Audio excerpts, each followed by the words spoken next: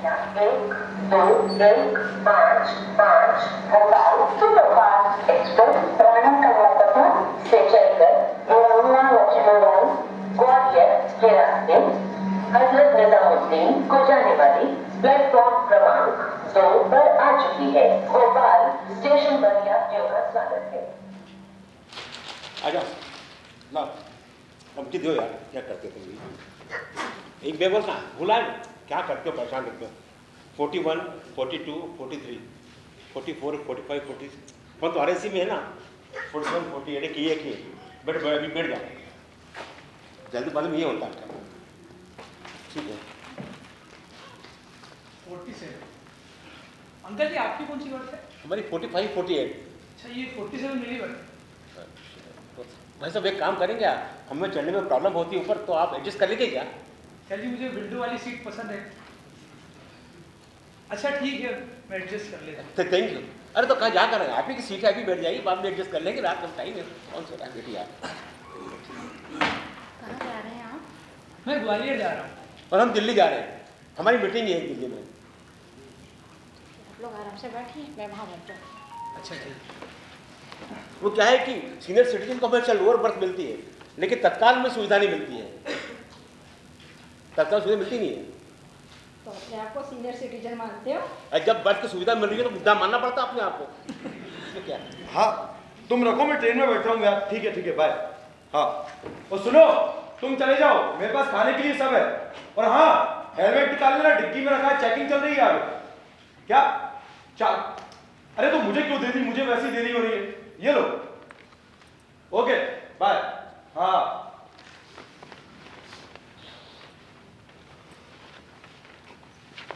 Excuse me aunty ji, आपकी कौन सी birth है? 45। अच्छा तो नहीं अभी तो बैठिए आप, अभी से किसको नींद आ रही है?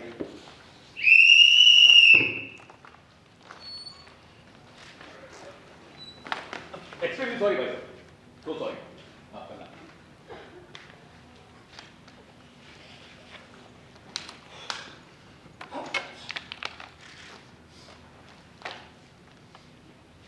हेलो, हाँ पहुंच गया था मैं।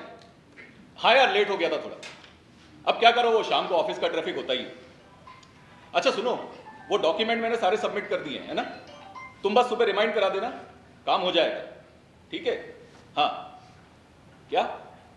अरे नहीं यार, क्या पम्मी मासी, अभी पिछले हफ्ते मिले थे हम शादी में। अरे मुझे काम रहता है भाई, मैं नहीं मिल पाऊंगा। हाँ ठीक है, जल्दी फ्री हो गया तो मिल आऊंगा मैं। ओके चलो, ओके बाय बाय। आप कहाँ जाएंगे? मैं झांसी आ रहा था अपनी सिस्टर को लेने। अच्छा मैं ग्वालियर जा रहा हूँ। अच्छा ये ट्रेन ना पहले MP से UP जाती है, फिर UP से MP आती है, फिर UP जाती है। साफ थोड़ी खेल रही है। हाँ ला उधर दो। क्या बिल्टी नंबर? अरे यार बिल्टी नंबर, हाँ लिखो बिल्टी नंबर 4625। हाँ अच्छा सुनो, बिल्टी छुड़ा ही लेना, कोई प्रॉब्लम आए तो मुझे कॉल कर देना। हाँ ठीक है चलो बाय। 41 सर ये सूटकेस आपका है? नहीं मेरा नहीं, शायद ऊपर वाले का होगा। इतना सारा सामान उसको यहाँ रख देता हूँ। भाई क्या क्या रख रहे हो ये? ये किताबें हैं अंकल जी। तो गंदे में क्यों रख रहे हो भाई? यहाँ कहीं अभी रख दो, विद्या होती है तो रखो यहाँ। आपको प्रॉब्लम नहीं हो अंकल जी? अरे बाद में एडजस्ट कर लेना, हटा लेना बाद में ना। अच्छा। कर दो, ठीक है लोग आ जाए एडजस्ट कर लें सामान अपना अपना। उठा ही लेना ना, अंकल जी को सोना भी होगा। हाँ भैया उठा लेंगे। ट्रेन लेट हो गई है नहीं? वैसे टाइम पर चलती है। दिल्ली में कोहरा है तो सारी ट्रेनें लेट चल रही हैं। हाँ बहुत ठंड पड़ रही है भैया। अरे जब ठंड पड़ती है तो हम बोलते ठंड पड़ रही है, गर्मी बोलते गर्मी पड़ रही है, बरसात में बोलते बारिश कर रही है। तो बात करने का तरीका है टाइम काटने का बस यार। हमारे मालवा में ठंड बजती है और यहाँ ठंड गिरती है, टप टप टप। कौन सी कोर्स की किताबें हैं ये? नहीं भैया कोर्स की नहीं है। अच्छा PSC की होगी? PSC की भी नहीं है। मुझे लॉ की लग रही है। अंकल जी लॉ की भी नहीं है, ये तो कहानियों की किताबें हैं। कहानियाँ? कौन सी कहानियाँ? अरे भैया कई राइटर्स हैं, जैसे मुंशी प्रेमचंद, मन्नू भंडारी, भीष्म साहनी, मोहन राकेश और हमारे कांत, इसी तरह के कई राइटर्स हैं।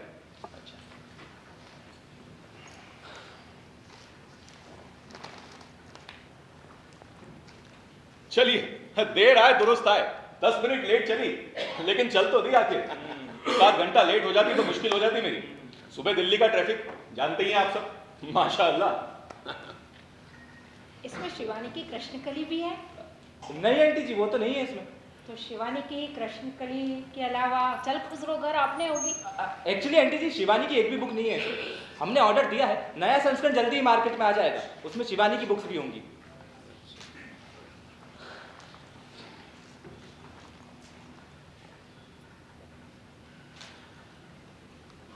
लो भाई, सब लग गया फोन में। फोन का ये प्रॉब्लम है, जहाँ जाओ फोन। टॉयलेट तक में फोन ले जाते लोग, मतलब बच्चों को परेशान कर रखा है। अरे तुम तो यार किताब वाले हो ना, तो टाइम काटे के लिए तुम भी को कहानी सुनाओ कहानी। अरे अंकल जी, मैं क्या सुनाऊंगा। अच्छा, एक काम करते हैं, राइटर्स के नाम की चिट डाल लेते हैं, एक एक चिट उठाओ और एक एक कहानी सुनाओ। अरे नहीं भाई, मुझसे नहीं हो पाएगा ये। वो क्या है ना, मेरा हिंदी थोड़ा कमजोर है। अगर इंग्लिश होता तो आई कैन इजीली। ये तो हमारी प्रॉब्लम भाई, हिंदी को महत्व देते ही नहीं हम। English English English. अब रशिया में देखो आप, अगर आपको MBBS करना होगा ना, तो आपको 1 साल का कोर्स करना पड़ेगा रशियन में, तब मिलेगा एडमिशन आपको MBBS के अंदर। तुम तो बनाओ चुकी यार, कहते मैं बताता हूँ। हाँ हाँ, चिट बना लो भाई तुम, मैं निकाल भी दूंगा। कहानी आप में से कोई पढ़ दीजिएगा। अब ये देखो, कहाँ से खूबसूरत लग रही है, लेकिन 200 लाइक हमारी पोस्ट पर 4 ही आते हैं। और वो भी तुम्हारी फैमिली के होंगे। ये सुनना भाई, कि मैंने नया फ़ोन लिया, पुराने फ़ोन में कितने फीचर्स देखो, समझ में आता कैसे करो। बच्चे कर लेते हैं आजकल के। अब मुझे मेल करना है, कैसे मेल करूँगा मैं? अंकल जी यहाँ से अच्छा, हाँ हाँ, यहाँ से ये फाइल सेलेक्ट कीजिए। अच्छा, ये सेंड सेंड हो जाएगा ना? हाँ। हम मैंने दोबारा खबर कर दी, मोबाइल नहीं बदला। एक्सक्यूज मी, चिट तैयार है, अब पहले कौन उठाएगा? भाई मुझे दे दो। अरे हाँ हाँ, अब खेल शुरू नहीं किया, ये उठाया होगा, अब उठा। उठाओ भैया। चलिए मैं ही उठाता हूँ।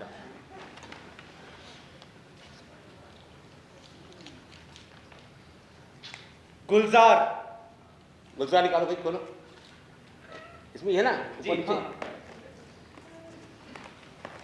ये हाँ, गुलजार ये लो।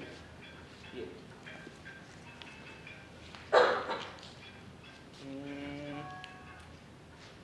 10 पैसे और दादी।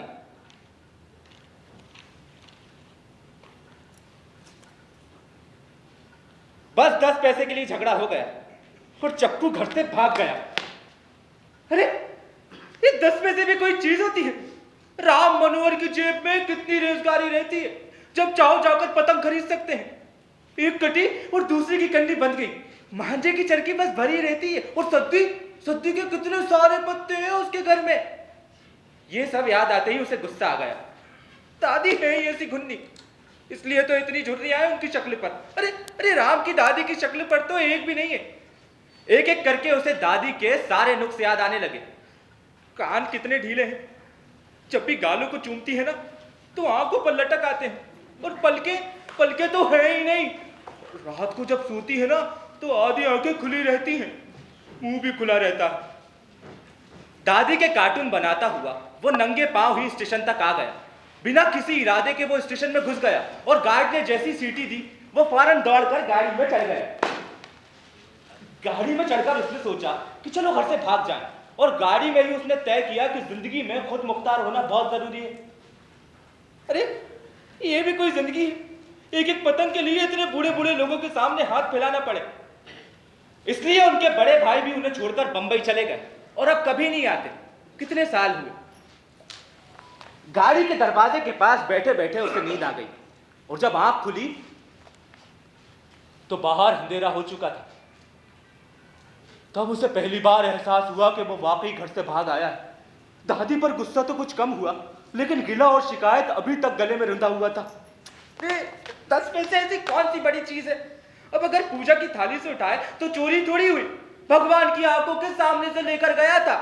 खुद ही तो कहती है दादी, उनके भगवान तो जागृत हैं, कभी नहीं सोते। अरे आंखें बंद कर लेना, तब भी देख सकते हैं। तो 10 पैसे कैसे नहीं देखे? और देखे तो दादी को बताया क्यों नहीं? वो तो समझती है कि मैं चोर हूं।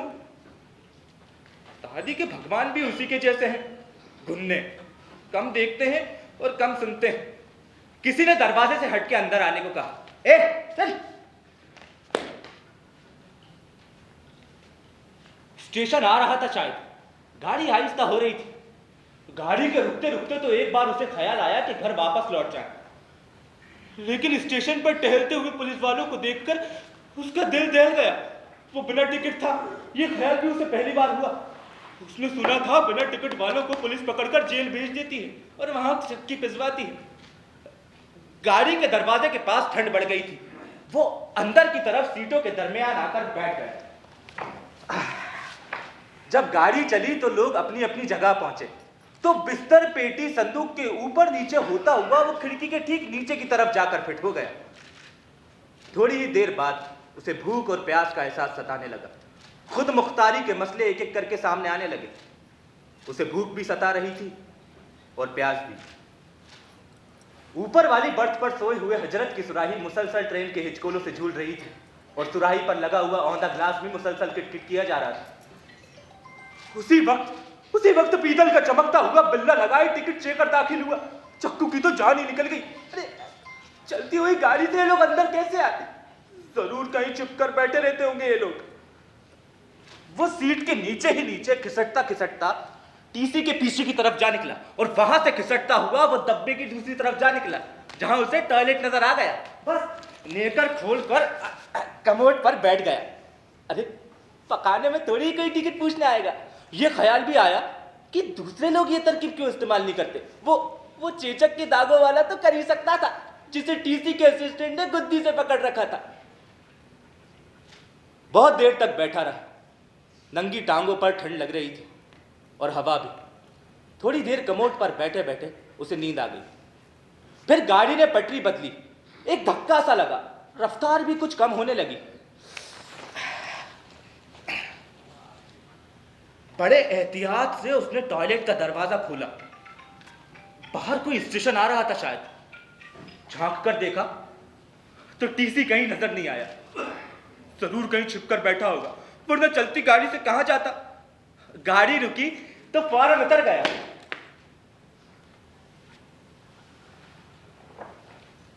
सुनसान सा स्टेशन, आधी रात का वक्त, कोई उतरा भी नहीं।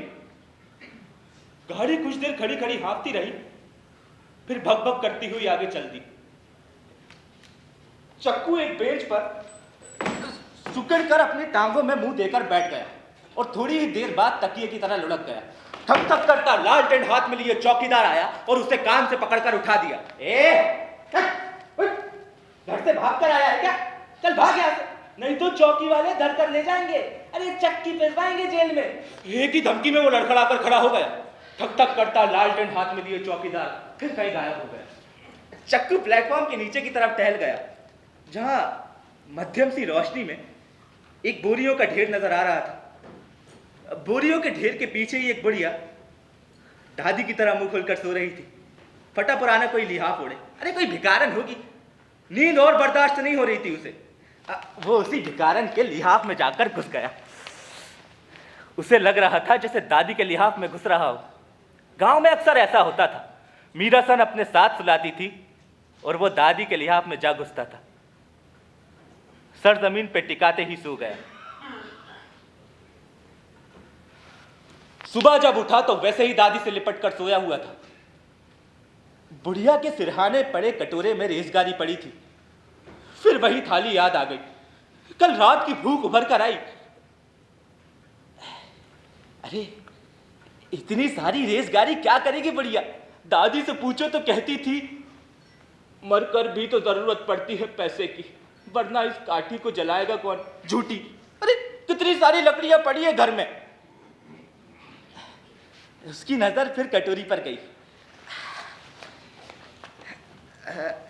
एक 10 पैसे उठा भी लिए तो क्या है, यहां तो भगवान भी नहीं है और दादी भी नहीं है। मांग लूं तो शायद खुद ही दे दे। उसने उठा लिए 10 पैसे। बुढ़िया का लिहाफ ठीक किया और मुतरी की तरफ चल दी। वापस आकर हाथ धोए मिट्टी से। दादी ने सिखाया था साबुन ना हो तो चूल्हे की राख से हाथ मांज लिया करो, और राख भी ना हो तो तो गमले से थोड़ी मिट्टी ले लो, लेकिन मुंदरी से आकर हाथ धोया करो। हाथ धोए ठंडे ठंडे पानी से। किसी ने कोयला मसल कर रखा था होदी पर, उसने डांट भी मांझ ली है। मुंह हाथ धोया, हाथ झटक कर सुखाए और नेकर की जेब में हाथ डालकर पहुंचे तो ठंडे ठंडे 10 पैसे के सिक्के ने हाथ पे काट खाया। वापस आकर देखा तो बुढ़िया के पास 3-4 आदमी खड़े हुए थे। एक उसके सिरहाने बैठा था, कह रहा था कि बेचारी बिल्कुल अकड़ गई है, मरे भी 6-7 घंटे हो गए होंगे। अरे भैया, लगता है रात नींद में ही चल बसी। चक्कू लड़खड़ाकर वहीं खड़ा हो गया। वेटिंग रूम से कुछ लोग उसी तरफ आ रहे थे। अब क्या होगा इसका? अरे स्टेशन मास्टर आएगा तो किसको खबर करेगा? अरे किसको? म्युनिसिपैलिटी को, वही जाके जलाएगी इसे।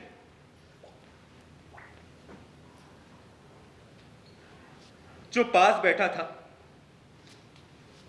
उसने लिहाफ खींचकर मुंह ढक दिया।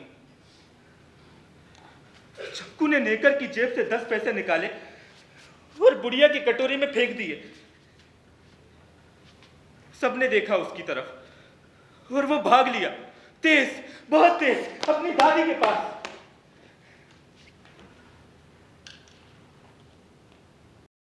और वो भाग लिया, तेज, बहुत तेज, अपनी दादी के पास। दादी, दादी। बहुत अच्छी कहानी है यार। बच्चे के एंगल से कहानी लिखी है गुलजार ने। पूरी कहानी में बचपना कहीं गायब नहीं होता। गुलजार साहब ने फिल्म लिखी है, कहानी लिखी है, गाने लिखे हैं, ये तो मालूम था, पर कहानियां भी लिखी है ये न मालूम था। जी लिखी है। भाई ये लो, पकड़ो अपनी प्रॉपर्टी। चलिए, मेरा तो हो गया। अब कौन आ रहा है? अरे क्या डर रहे हो? कोई भी आ जाओ यार। अरे अरे वॉलंटियरली कोई भी आ जाओ, डर रहे क्या उसमें? चलिए मैं ही आती हूँ। जी।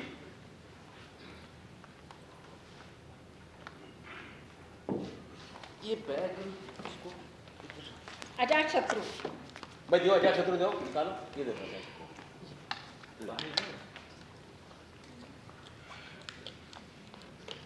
अमृतसर दादर एक्सप्रेस में अमृतसर दादर एक्सप्रेस पकड़ने के लिए वे दोनों कहाँ से चले थे? इंदौर की तरफ से या अकोला की तरफ से पता नहीं, मगर हाँ बैठे खंडवा से थे। बोगी नंबर था 9211 यानी 9211। कोच S5 था। बर्थ थी 33, 34 यानी लोअर बर्थ और मिडिल बर्थ। सामने की बर्थ पर मैं था। तब शाम का समय था। ऊपर की बर्थ के भी दोनों यात्री मेरे साथ नीचे बैठे थे। वो शादी के बाद का ताज़ा तरीन जोड़ा था। युवक अपनी अर्धांगिनी को विदा कराकर ले जा रहा था। उसके हाथ पैर की उंगलियों की ललाई, हल्दी का पीलापन अभी भी छूटा न था। सूट भी वह शादी का ही पहने हुए था, जो यकीनन उसके ससुर ने तिलक के वक्त उसे दिया होगा।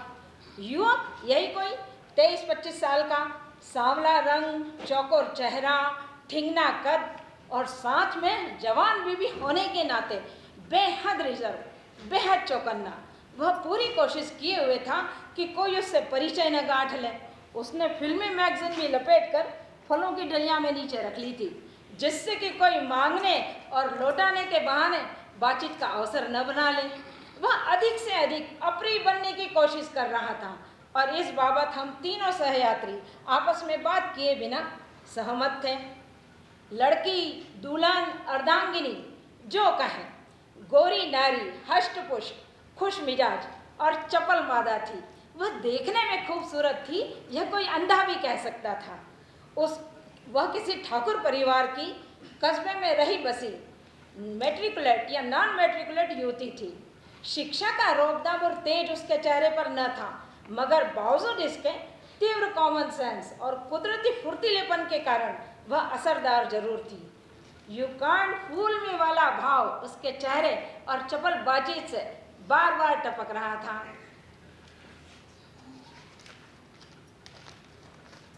अब सामने कोई बैठा हो तो अनजाने ही अपना ध्यान जाता है और हम मन ही मन उसे पढ़ने लगते हैं।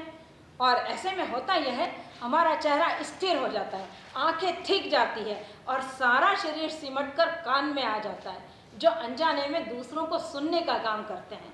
और ऐसे में यह भी होता है कि हम बेभूले से सामने घूरने लगते हैं और जैसे ही याद आता है कि हम घूर रहे हैं, हम टकटकी तोड़कर, ढीली नजर डालकर फिर घूरने लगते हैं। माना कि आपकी मंशा बुरी नहीं है, आप यूं ही जिज्ञासावश बच बच कर ताक रहे हैं, मगर सामने वाला यात्री आपको आपत्तिजनक समझ लेता है और साथ में जवान खूबसूरत बीबी हो तो समझेगा ही, क्यों न समझे। मुझे पता नहीं था कि मैं उन्हें नोट कर रहा हूँ, मगर युवापति मुझे लेकर ओवर कॉन्शियस हो चुका था। मेरा वश चलता तो मैं उससे कह देता, भाई मैं बुरा आदमी नहीं हूँ, तेरी दुनिया पूरी तरह सुरक्षित है। मगर ऐसा कोई कहता है भला? वह पलट कर मुझसे पूछ सकता था कि नेक है तो सफाई क्यों दे रहा है, हमने कुछ पूछा है क्या, वगैरह वगैरह। गाड़ी हम सबको लिए चले जा रही थी और हम बर्थ पर बैठे बैठे ही आगे बढ़ रहे थे। युवती को लगा कि मैं उन्हें घूर रहा हूँ, यह चेहरा इधर रखने के बावजूद कान उन्हीं की तरफ रखता हूँ, तो उसने मुझे चिढ़ाने के लिए अपने पति से मजाक करना शुरू किया। वह यूं ही कोई प्रसंग बनाकर उससे छीना झपटी करती, कभी वह जरूरत से ज़्यादा खिलखिलाकर हंसती और हंसते हंसते उसकी जांघ पर हाथ मारती, कभी उसकी टाई ठीक करती, कभी उसके कोट का तिनका बीनकर खिड़की के बाहर फेंकती, और एक बार तो उसने ठहाका लगाकर उसे चूम ही लिया और फिर फौरन होठ हटा लिए। युवापति थोड़ा झेप रहा था, मगर उसकी हरकतों को वह नापसंद भी नहीं कर रहा था। उसे यह महसूस करना अच्छा लग रहा था कि सामने के 3 यात्रियों से तोड़कर उसने अपनी पत्नी को सर्टिफाइड तौर पर अपनी पत्नी बना लिया है। वह विजयी था। हालांकि यहाँ न युद्ध की कोई गुंजाइश थी न जायज कारण। बगल वाले ने मेरे कान में फुसफुसाया, बड़े अजीब लोग हैं, लौंडे ने शादी की है कि भगा के ले जा रहा है। मैंने कहा, मेरी उम्र 55 साल है, मुझे देखो, उस समय मेरी उम्र 55 साल थी, आज 62 का हूँ। वह दोनों खेलते फुदकते रहे। बुरहानपुर स्टेशन आया। लड़की ने फौरन घूंघट कर लिया और पति से जरा दूर हटकर बैठ गई। उनके कुछ रिश्तेदार मिलने आए थे। लड़की के बुआ फूफा, बच्चे बच्चियां, वे फल लाए थे। युवक ने फल ले लिए। लड़की अपने बुआ फूफा को देख करके थोड़ा रोने लगी। जो सियाफ करने आए थे वो खिड़की की छड़ों से सिर टिकाकर बातचीत करते रहे। कुछ देर बाद गाड़ी चल पड़ी। जैसे ही गाड़ी प्लेटफॉर्म से निकली, लड़की ने फौरन घूंघट हटाया और पति से बोली, उन्होंने तुम्हें फलों की टोकरी दी तो तुम्हें उन्हें थैंक कहना चाहिए था। युवापति भोचू थोड़ा झेपा, मगर उसे अपनी युवा खूबसूरत पत्नी की यह सीख, जिससे अगले 6 माह तक लड़ने का कोई कारण न था, अच्छी ही लगी। 2-3 खंबे गुजर गए तो युवती ने पुनः उसकी टाई ठीक की और कहा, कोई मिलने आए तो मुस्कुराना चाहिए, हाँ? और आगे जोड़ा, अपना जरा सा स्माइल देने में क्या जाता है। युवापति उसे घोंचू की तरह देखता रहा। गाड़ी भागती रही। आगे युवती ने फिर पूछा, नासिक में कौन कौन सी पिक्चर चल रही है? बगल वाले ने फिर फुसफुसाया, नासिक के हैं साले। इधर युवक ने जवाब दिया, पिक्चर नहीं जाएंगे, अम्मा को नहीं पसंद है। बगल वाला फिर फुसफुसाया, लोअर मिडिल क्लास हैं। मैं चुप रहा तो वह फिर बोला, पर पहनावे से ऐसे नहीं लगते हैं। मैंने कहा, देखते जाओ, इब्तिदाई इश्क है, रोता है क्या, आगे आगे देखिए होता है क्या। भुसावल स्टेशन पर गाड़ी रुकी। लाड़ी ने फौरन वाटर बैग खाली किया और वर से बोली, जरा फ्रेश वाटर ले लो। युवक ने हमें देखा, थोड़ा सहमा और मन मार कर चला गया। हम दरवाजे से 4-5 खिड़की ही आगे बैठे थे। युवक झपट कर खिड़की पर आया, जैसे चलती गाड़ी से उतरा हो। उसने खिड़की के छड़ों से मुंह टिकाया और बोला, कॉफी लो तो ले आऊं? युवती ने अंगड़ाई ली और कहा, रहने दो, इच्छा नहीं है। उसने इच्छा के ई को जरा ज़्यादा ही लंबा खींचा। युवक, जो उसके अंगड़ाई लेने से डिस्टर्ब हो गया था, इच्छा के लंबे ई को सुनकर और अशांत हो गया। उसने कनखियों से हमें देखा और पानी लेने चला गया। बगल वाले ने फिर फुसफुसाया, कनपटी लाल हो गई गरीब की। हम लड़के को एटीज रखने के लिए नल की तरफ ही देखते रहे। उसने आधा वाटर बैग भरा और झपट कर डिब्बे में आ गया। लाड़ी ने वाटर बैग लिया तो उसे लगा काफ़ी खाली है, सो बोली, पूरा नहीं भरा क्या? युवक ने हमें देखते हुए कहा, करना ही क्या है, रात में ही उतर जाएंगे, और उससे सट कर बैठ गया। है। सावित्री ने सत्यवान के कंधे पर सिर टिका दिया। हम अब तक बोर हो चुके थे, ऊब चुके थे। 2-3 स्टॉप गुजर गए, जोड़ा भी अब नॉर्मल हो गया था। खा पी कर सब अब सोने की तैयारी करने लगे। अब सोते समय फिर परेशानी हुई। युवती की बर्थ ऊपर थी, वह उचक कर या चढ़कर बर्थ पर नहीं जा सकती थी, उसे सोना नीचे ही था। और युवक की मंशा की वह नीचे ना सोए, क्योंकि सामने मेरी बर्थ पड़ती थी। वह थोड़ी देर सोचता विचारता खड़ा परेशान होता रहा। मैं उसकी परेशानी समझ रहा था। मुझे उस पर एक साथ हंसी और दया आ रही थी। मैंने उससे कहा, आप मेरी बर्थ पर आ जाइए, मैं आपकी बर्थ पर चला जाऊंगा। वह खिसियाया, मन ही मन कूड़ा। उसे लगा मैंने सज्जनता दिखाकर उसकी पत्नी की निगाह में उसे छोटा साबित कर दिया। वह मजबूर था। मैंने भोजन करके अपनी बर्थ उसे दे दी। उसने रूखा थैंक्स कहकर मेरा हैंडबैग उठाकर अपनी बर्थ पर रख दिया। खा पी कर सब सो गए। गाड़ी में मुझे नींद नहीं आती है, सो मैं अपनी परिवर्तित बर्थ पर जागता रहा। कुछ देर बाद मैंने बत्ती बुझा दी। मैंने देखा अब वह युवक सो रहा था। उसके चेहरे पर अब कोई चिंता नहीं थी। नींद में चिंता होती भी नहीं है। नींद में वह युवक अपनी जिस पत्नी को ले गया था, वह उसकी नींद में ज्यों की त्यों सुरक्षित थी। अपनी नींद के अंधेरे में वह आश्वस्त था। मैंने गौर किया, नींद में आदमी का वास्तविक चेहरा सतह पर आ जाता है। इस समय वह एक ठाकुर परिवार का पढ़ा लिखा तनावग्रस्त युवक नहीं दिख रहा था। ऐसा लग रहा था जैसे देहात का कोई हट्टा कट्टा 25 साल का बच्चा सोया हुआ है। हाँ, उसकी श्रीमती को नींद नहीं आ रही थी। वह यूं ही 2-3 बार बाथरूम तक होकर आ गई थी और गाड़ी भागे जा रही थी।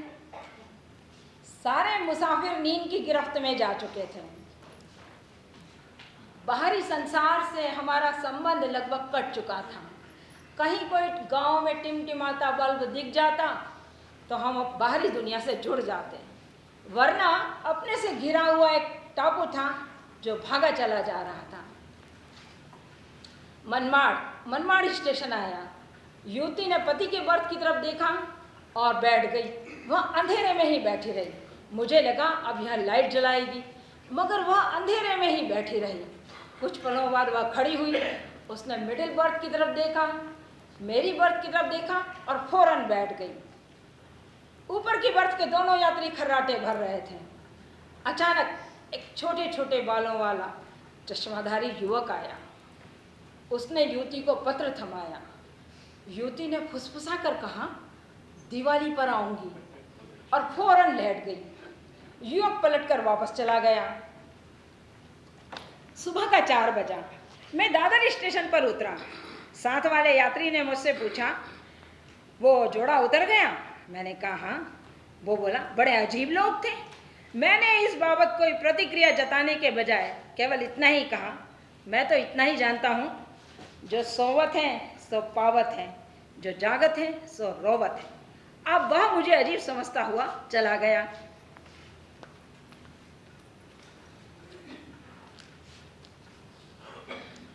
पति अभी भी सोया हुआ था, नींद के भीतर अपनी पत्नी को सुरक्षित लिए हुए।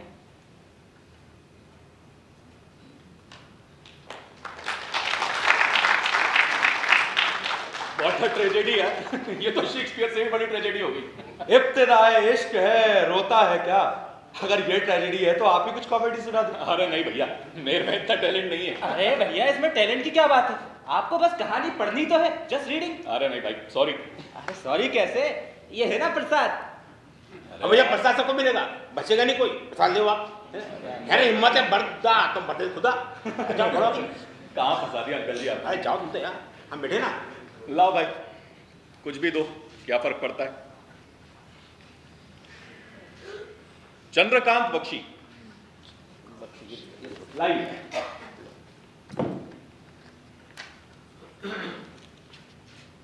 अरे कितनी बड़ी बड़ी कहानियां हैं भाई, कोई छोटी नहीं है इसमें। ये ठीक रहेगी। वह एक शाम।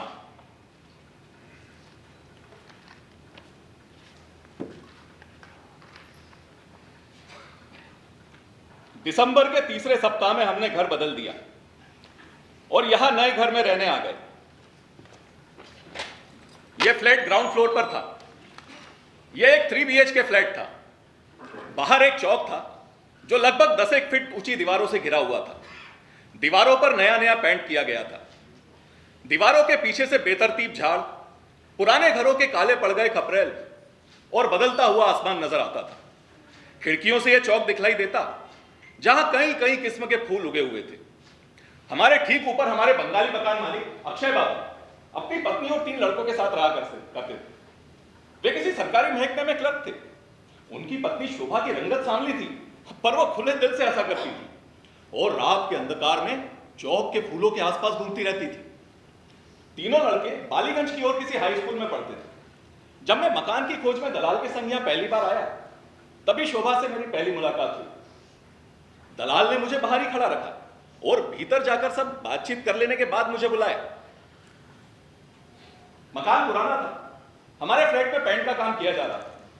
बांस के मचानों पर बैठे पेंटर पेंट पे डूबे ब्रश दीवारों पर फेर रहे थे। कमरे खाली होने की वजह से बड़े नजर आ रहे थे और दीवार से गीले पेंट की स्मेल आ रही थी। आप ये फ्लैट लेंगे? नमस्कारों के आदान प्रदान के बाद शोभा ने मुझसे पूछा। कहा, क्यों नहीं? आप 2 ही जने हैं ना? मेरे कुछ बोलने के पहले दलाल बीच में कूद पड़ा। मैडम जी, पति पत्नी 2 ही जने हैं बस, और कोई भी नहीं है। आपको किसी भी किस्म की कोई परेशानी नहीं होगी। अब वैसे भी ये लोग बड़े भले लोग हैं, अब मैं इनकी जवाबदारी लेता हूं। मैं खामोशी रहा और बाहर चौक की ओर देखता रहा। शोभा मेरा निरीक्षण कर रही है, यह भी मैं समझ ही रहा था। जगह हमें पसंद थी। प्रारंभिक कामकाज निपटाने के 2 दिन बाद हम ट्रक में भरकर सामान यहां ले आए। फिर एक अच्छा सा मुहूर्त निकालकर हफ्ते भर बाद हम यहां रहने चले आए। मैं रोज सुबह 8 बजे नहा धोकर और गर्म नाश्ता करके दुकान जाता था। दिन में करीब 1 आध बजे लौटता, खाना खाकर 1 आध घंटा आराम किया, फिर वापस दुकान चला जाता। रात को लौटते लौटते 9 साढ़े 9 बज जाते। फिर खाना खाने के बाद अपनी पत्नी सरला से थोड़ी बहसबाजी करके मैं सोने चला जाता। मेरी और शोभा की मुलाकात कम ही हुआ करती, लेकिन मेरे आने और जाने के वक्त का वो बराबर हिसाब रखती। एक रविवार की सुबह मैं पलंग पर बैठे बैठे एक किताब पढ़ रहा था। ठीक उसी समय खिड़कियों की जाली के पीछे खड़ी शोभा पूछ रही थी, मिस्टर मेहता, आपको फूलों का शौक तो होगा ही? मैं एकदम चौंक गया। किताब पलंग पर ट्रक में उठ खड़ा हुआ। रसोई से गैस पर पानी के गर्म होने की आवाज आ रही थी। मैंने कहा, कुछ खास नहीं, तो वो हंस पड़ी। लेकिन आपकी पत्नी को तो फूलों का बहुत शौक है। रोजाना शाम को वो मुझसे 2-4 जूही के फूल ले जाया करती है। मैं शोभा की ओर देखता ही रह गया। ठीक उसी समय रसोई से सरला की आवाज आई। शोभा खिड़की के पास से खिसक गई और मैं वहीं खड़ा हो गया। सब कुछ एक स्विच को ऑन ऑफ करने की तरह बहुत तेजी से घटित हुआ। कुछ एक दिन इस तरह बीत जाने के बाद मुझे महसूस हुआ कि शोभा के प्रति मेरे मन में कोई आकर्षण प्रकट हो रहा है। यह अस्वाभाविक नहीं था, लेकिन इसे खुलकर मान लेने के लिए जैसे मैं तैयार नहीं था। शोभा का रंग सांवला था। वो उम्र दराज और 3 बच्चों की मां थी। मैं अनायास ही उसके ख्यालों में डूब जाया करता, लेकिन उसमें कोई आकर्षण जरूर था। 3 बच्चों के पैदा होने के बाद भी उसके शरीर में सरला की अपेक्षा ज्यादा सुदृढ़पन था। वो हंसती, मजाक करती, देखा करती, सब कुछ इतने अंतरंग ढंग से कि एकाएक आप घबरा ही जाए। किसी किसी बार मुझे ऐसा ख्याल भी आता कि किसी दिन सरला घर में नहीं होगी और शोभा अचानक मेरे कमरे में आ जाएगी और खिड़कियां बंद कर देगी और तब शाम होगी। मैं कोशिश करके इन ख्यालों को रोक दिया करता। मैंने किसी भी दिन सरला से इस विषय में बात नहीं की थी, और जब भी वो बातों बातों में शोभा का जिक्र किया करती, मैं एक लापरवाह व्यक्ति का अभिनय करते हुए ध्यानपूर्वक उसकी बातें सुना करता। एक दिन हम फिल्म देखने जा रहे थे, तब राह में सरला ने मुझसे कहा, शोभा बहुत होशियार औरत है, वो यहां ऊपर रहती है, इसलिए मुझे डर की कोई बात ही नहीं है। हाँ, सही बात है, वो शेरनी जैसी है, उसके रहते डरने की क्या बात? कौन कब आया कब गया ये सब ध्यान वो रखती है। यहां तक कि मिस्टर, पिछले रविवार तुमने क्या पहना था और तुम किस बस रूट से आते जाते हो, ये भी उसे बराबर मालूम है। अच्छा, अब वो तुमसे कहती है ये सब? हाँ, और वो कहती है, सरला तूने लड़का जोरदार फांसा है। हाँ, तो ये देख सरला, बात तो ये सही है, वाकई लड़का तो तूने जोरदार फांसा है। रहने दीजिए, आप शादी करने की जल्दी तो आपको थी। मैंने तो पहले पहले इनकार ही कर दिया था, फिर लगा ज्यादा टालमटोल करूंगी तो लड़का हाथ से निकल जाएगा, इसलिए हाँ कह दी बस। दिन इसी तरह बीतते रहे। किसी किसी बार जब मैं दुकान जाने के लिए बाहर आता, चौक में खड़ी शोभा मुझे देखा करती।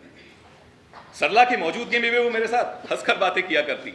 तब हम बांग्ला में बातें करते। अरे शोभा जी, तुम्ही यही साडीते खूब सुंदर लागशो, आपने मजाक करछे ना, आमी सत्यि बोलছি, शुद्ध सत्यि। और सरला बांग्ला समझती नहीं थी। हाँ, अक्षय बाबू के साथ मेरी कोई खास बोलचाल नहीं थी।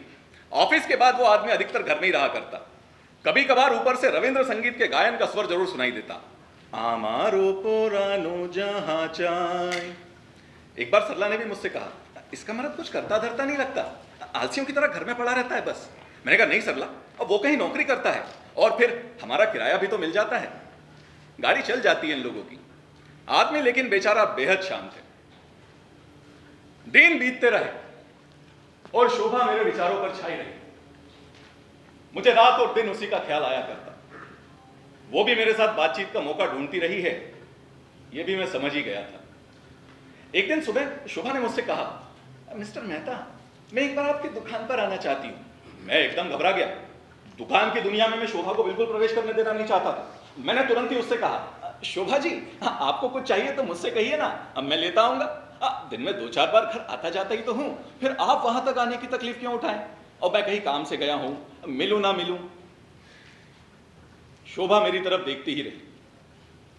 सरला की मौजूदगी में अब मैंने शोभा से बातें करना कम कर दिया था। वो भी ये समझते हुए सरला की मौजूदगी में बातें नहीं किया करती थी। हाँ, सरला के साथ उसका संबंध बहुत अच्छा था। मेरी गैर हाजिरी में वो दोनों खूब बातें किया करती।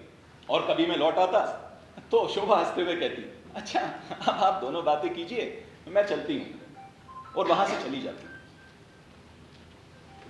दिन बीतते रहे। शोभा एकदम करीब थी, लेकिन फिर भी कितनी दूर थी। मुझे उसके साथ दिल खोलकर बातें करने का मौका मिल ही नहीं रहा था।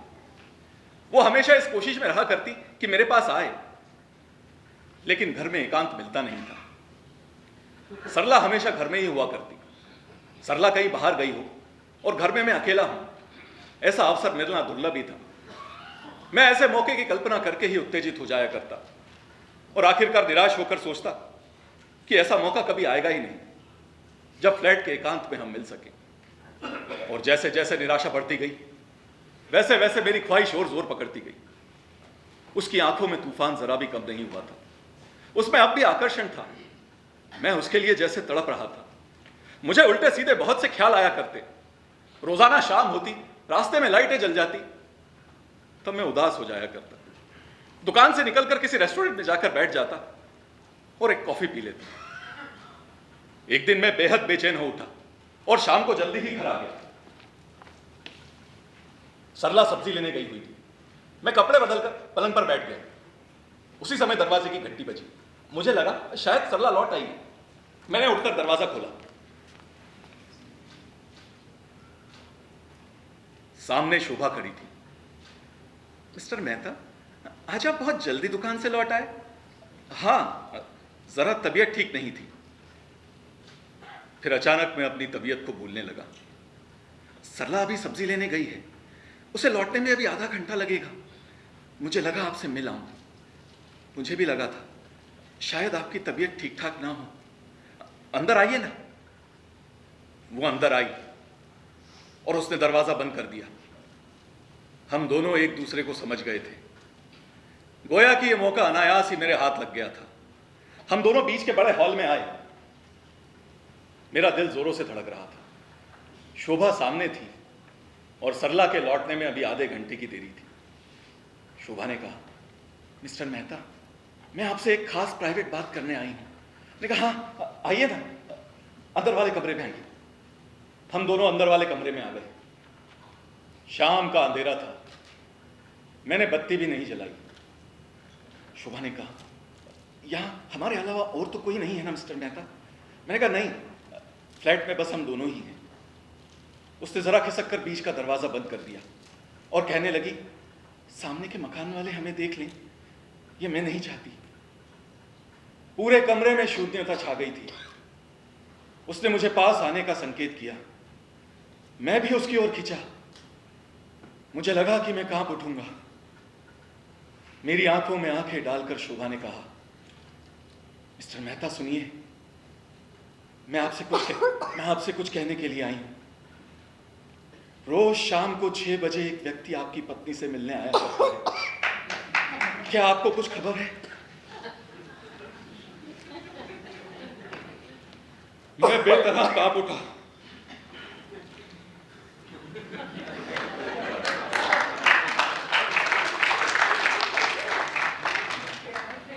ये राइटर का नंबर है क्या? क्यों अंकल जी? पूछ देते कि फ्लैट कहाँ पर है। थोड़ा भारी हो गया भाई साहब। अरे थोड़ा नहीं, बहुत भारी हो गया ये। आखिरी में शोभा ने बम फोड़ दिया यार। हाँ बताओ। अभी तक चाय नहीं आई यार। इस गाड़ी में पेंट्री की सुविधा है, फिर भी चाय नहीं आई। अरे चाय आ जाएगी भाई साहब, तब तक एक छोटी सी कहानी पढ़ लेते हैं ना। अच्छा एक काम करो, आप ही कुछ पढ़ दो। हो जाए। हाँ चलो ठीक है, हम खुद ही गड्ढे में गिर जाते हैं।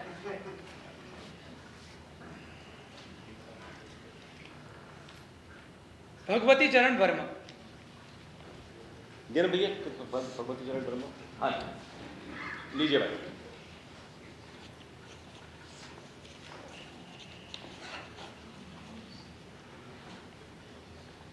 खिलावन का नरक।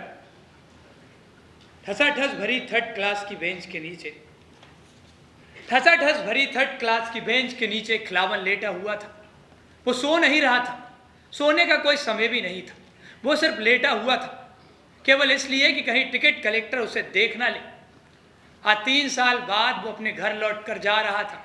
बंबई से लौट रहा था। 2 दिन का सफ़र उसने 1 हफ्ते में पूरा किया था। गाड़ी पर चढ़ते और उतारे जाते, ये उसकी आखिरी मंजिल थी। और इस समय तक उसे बिना टिकट सफ़र करने का पूरा तजुर्बा हो चुका था। टिकट कलेक्टर को दूर से ही अपने डिब्बे की ओर बढ़ते देखकर उसने बेंच के नीचे पनाह ली थी। और वो इस तरह लेट गया था कि 15 मिनट तक गाड़ी में रहने पर भी टिकट कलेक्टर को उसकी गंध नहीं मिली। खिलावन सकरी बेंच के नीचे अपने बदन को समेटे हुए पड़ा था, मानो इस तरह सोने का वो आदी हो। अरे बंबई में भी तो वो इसी तरह सोया करता था। एक छोटी सी कोठरी थी जिसमें 12 आदमी रहते थे। और रात को जब सब लोग सोते थे तो हर एक आदमी को उतनी ही जगह मिलती थी जितनी खिलावन को बेंच के नीचे मिली थी। खिलावन उस समय सोच रहा था, क्या 3 साल बाद वो अपने देश लौट रहा है। देश में उसकी माँ है, बाप है, छोटा भाई है और उसकी सुखिया भी तो है। अरे 3 साल पहले जब वो कमाने के लिए परदेश आया था तो सुखिया कितनी रोई थी। अरे 1 साल तो उसके विवाह को ही हुआ था। सुखिया को याद करके खिलावन मुस्कुरा पड़ा। उसके घर पहुंचते ही घूंघट की ओट से तिरछी नज़र से मुस्कुराते हुए उसे देखेगी और वो एक चौंक पड़ा। माँ बाप बीबी सभी समझेंगे कि कमा कर आया है। सभी उसे आशा भरी नजरों से देखेंगे। फिर वो क्या करेगा। अरे उसके पास पैसा नहीं, कपड़ा नहीं, लत्ता नहीं।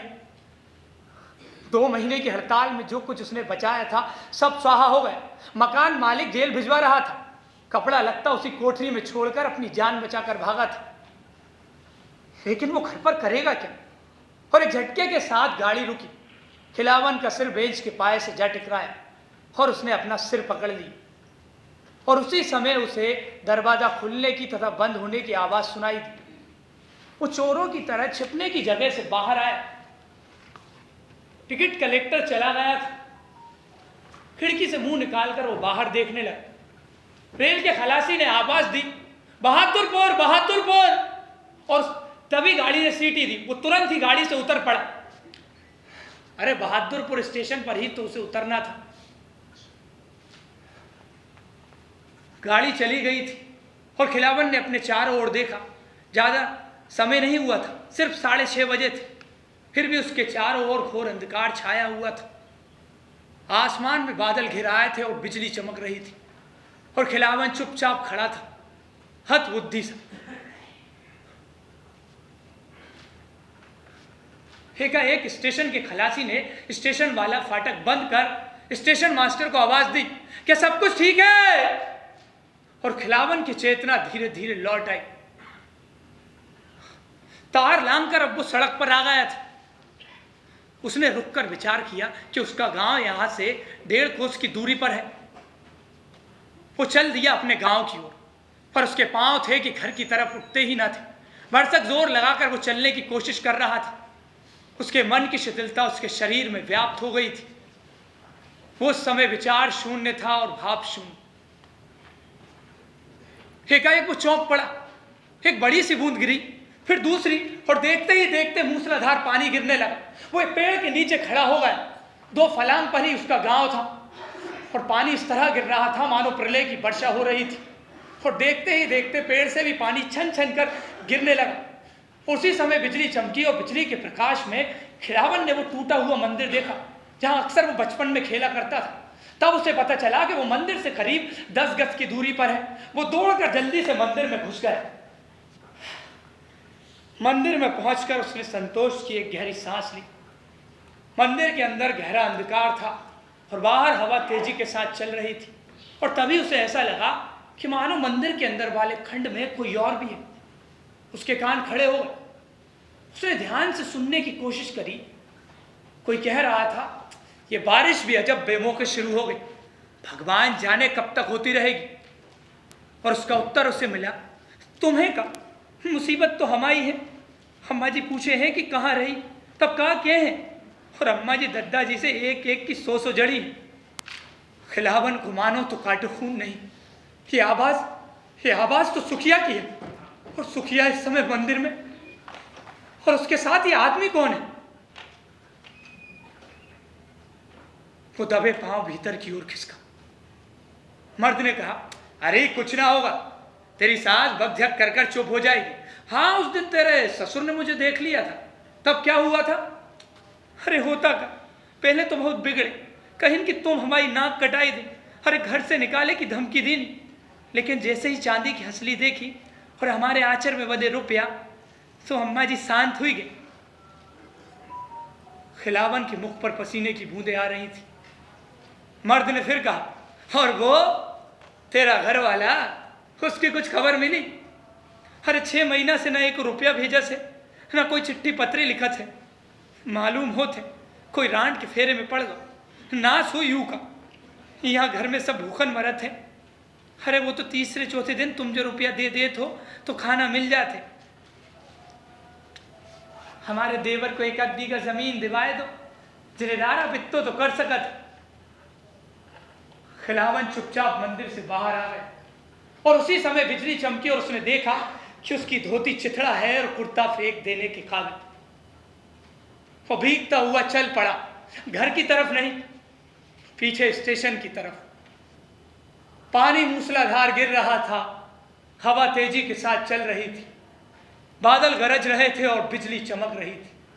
और खिलावन चला जा रहा था भीगता हुआ तेजी के साथ, मानो वो भागा जा रहा हो। और दूर पर कभी कभी चमक उठने वाली बिजली के प्रकाश में स्टेशन की जमीन में धसी हुई इमारत को देख लेता था। स्टेशन पर पहुंचकर उसने एक गहरी सांस ली और भीगता हुआ वो प्लेटफॉर्म पर खड़ा था। उस समय वो स्टेशन की इमारत को देख रहा था। उस समय वो बहादुरपुर स्टेशन की और बंबई के विक्टोरिया टर्मिनस स्टेशन की तुलना कर रहा था और अपने चारों ओर फैले हुए शून्य से भरे अंधकार और बंबई की चहल पहल से भरे प्रकाश के बारे में सोच रहा था। इस प्रकार वो गाड़ी की प्रतीक्षा कर रहा था, उस गाड़ी की जो उसे एक नर्क से निकालकर दूसरे नर्क में ले जाएगी।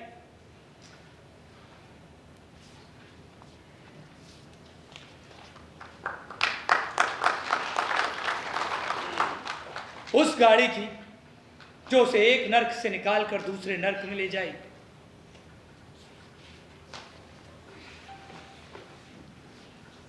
मुझे तो इस कहानी से मजदूरों का लॉकडाउन का पलायन याद आ जाता है। कितनी समानता है दोनों में। मजबूरी इंसान से क्या क्या नहीं करवाती।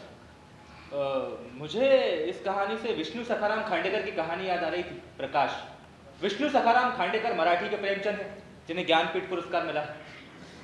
कहानी प्रकाश में एक मजदूर परेशान होकर मुंबई से गांव जा रहा है और दूसरा गांव से मुंबई। एक हताशा लिए और एक आशा लिए, ऐसा ही कुछ था उस कहानी में। मुझे लगता है खिलावन कभी खत्म नहीं होंगे। छत्तीसगढ़, यूपी, बिहार, कहाँ छत्तीसगढ़ और कहाँ कश्मीर, कितनी दूर तक चले जाते हैं खिलावन सिर्फ रोटी के लिए। बीना आ गया शायद। बीना आ गया पर चाय नहीं आई। भैया चाय फट गई होगी, बैठ के सिरे होंगे। अरे अंकल जी क्या मजाक करते हैं आप। देखिए जल्दी से कहानियां पढ़ लेते हैं, फिर कटलेट आप सबको खिलाई देंगे ना। हाँ, चाय और कटलेट अंकल की तरफ से। हाँ। देखिए 2 ही लोग बचे हैं, अब बताइए पहले कौन आ रहा है। भाई देखो, लेडीज फर्स्ट होती है और हम बुढ़े लोग फर्स्ट, लेकिन अभी हमको आखिरी में कर दो आप। अच्छा, तो अंकल जी ने तो हाथ खड़े कर दिए, फिर बचा कौन? भाई साहब। अरे चलिए मैं ही उठाता हूँ।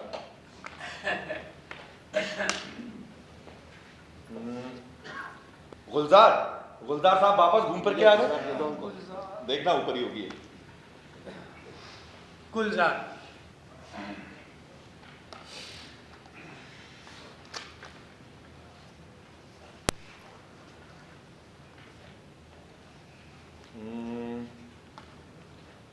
हाँ, रावी पार्क।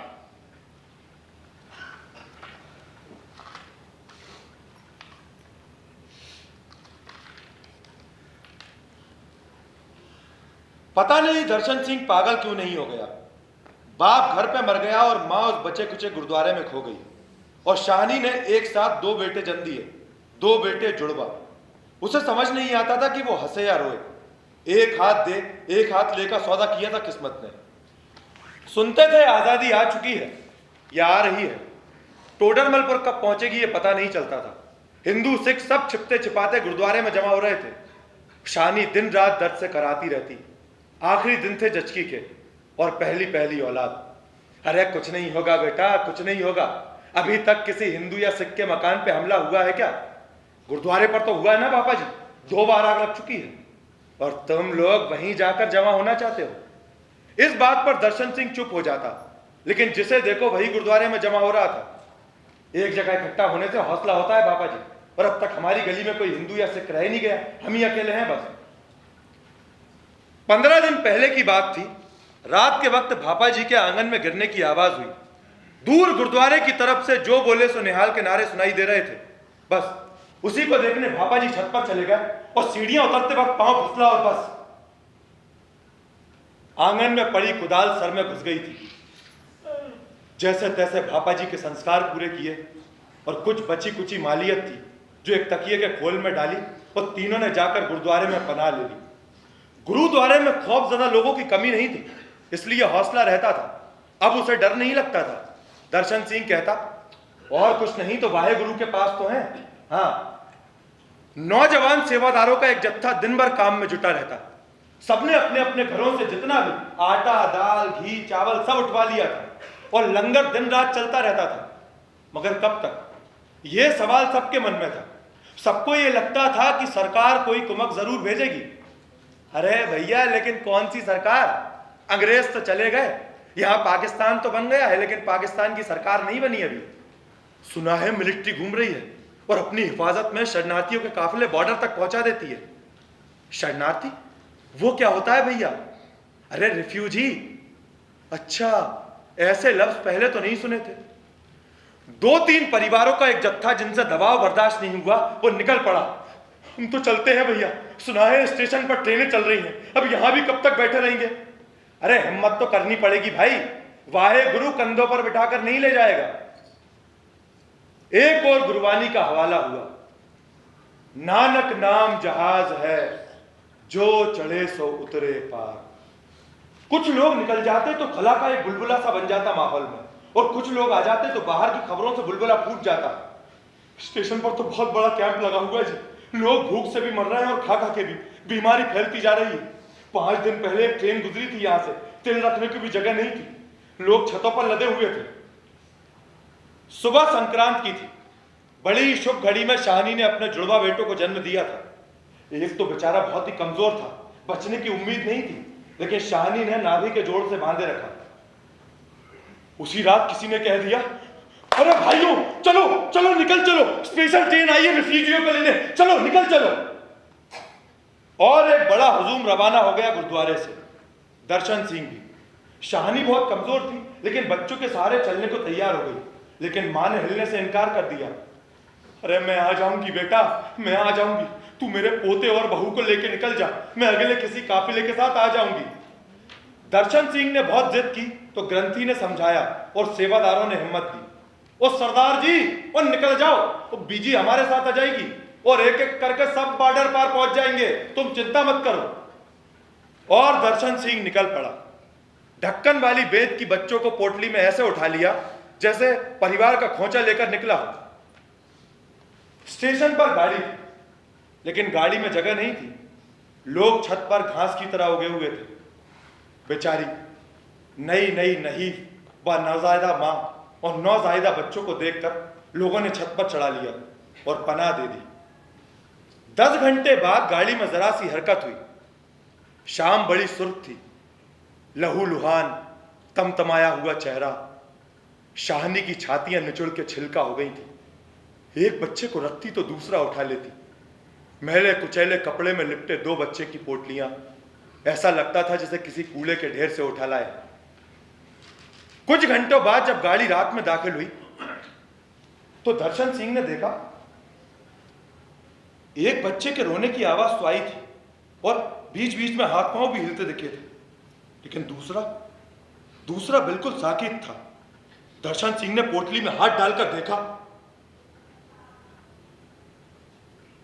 तो एक बच्चा कब का ठंडा पड़ चुका था। दर्शन सिंह जो फूट फूट कर रोया तो आसपास के लोगों को भी पता चल गया। सबने चाहा कि शानी से उस बच्चे को ले ले, लेकिन वो बेचारी तो पहले ही पतरा चुकी थी। टोकरी को झप्पा मारकर बैठ गई। नहीं, एक भाई के बगैर दूसरा दूध नहीं पीता। ट्रेन 10 बार रुकी और 10 बार चली। लोग अंधेरे में ही अंदाजे लगाते रहे। बस जी, खैराबाद आ गया जी। नहीं जी, ये तो गुजरा वाला है जी। 1 घंटा और लाहौर आया कि समझो पहुंच गए हिंदुस्तान। लाहौर के बहुत करीब में ही हिंदुस्तान है। जोश में लोग नारे भी लगाने लगे थे, हर हर महादेव, हर हर महादेव, जो बोले सो निहाल, शस्त्रिया काल। गाड़ी एक पुल पर चढ़ी तो ट्रेन में लहर सी दौड़ गई। अरे अरे राबी आ गया जी, अरे राबी आ गया जी, लाहौर आ गया। इसी शोर में दर्शन सिंह के कान में किसी ने फुसफुसाकर कहा, अरे सरदार जी, मरे हुए बच्चे को यहीं फेंक दो राबी में, उस पार ले जाकर क्या करोगे? हाँ।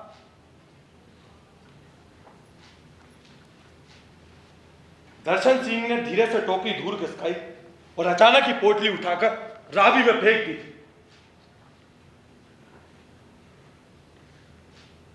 वाहेगुरु वाहेगुरु। अचानक अंधेरे में से किसी बच्चे के रोने की आवाज आई। दर्शन सिंह ने घबराकर शाहनी की तरफ देखा। मरा हुआ बच्चा शाहनी की छाती से लिपटा हुआ था।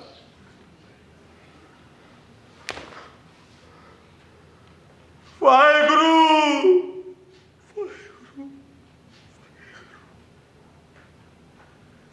और फिर से एक शोर का बगौला उठा, वाघा वाघा, हिंदुस्तान जिंदाबाद, हिंदुस्तान जिंदाबाद। मरा हुआ बच्चा शाहनी की छाती से लिपटा हुआ था।